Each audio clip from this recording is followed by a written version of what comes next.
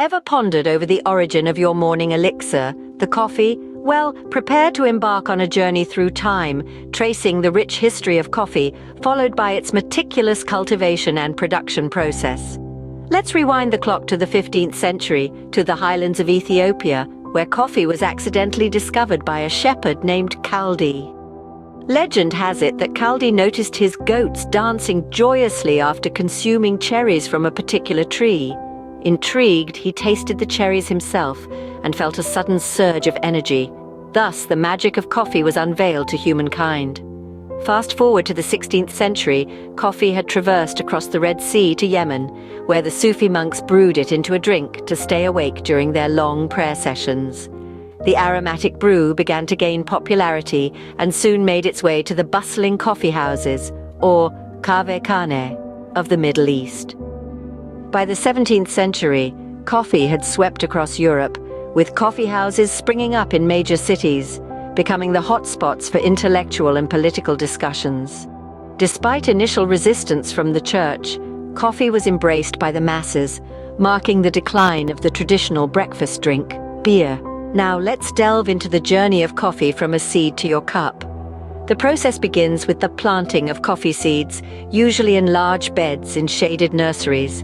Once the seedlings are sturdy enough, they are transplanted to open fields.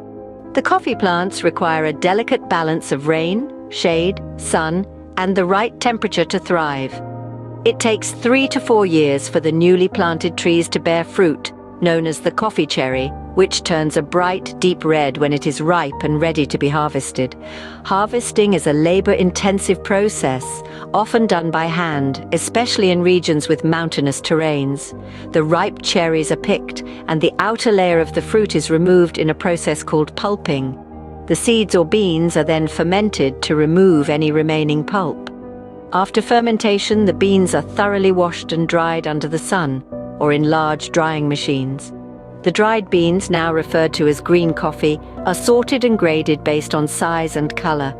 The final step in the journey is roasting, which transforms the green coffee into the aromatic brown beans that we are familiar with. The roasting process is an art in itself, with the temperature and duration of roasting determining the flavor profile of the coffee. Once roasted, the beans are quickly cooled and packaged to preserve their flavor and aroma. They are then shipped to various parts of the world, where they are ground, brewed, and poured into your cup, completing the journey from a humble seed to a divine drink. So, the next time you sip on your coffee, remember the centuries of history, the labor of love, and the art of roasting that has gone into each cup. Embrace the magic of coffee, one sip at a time,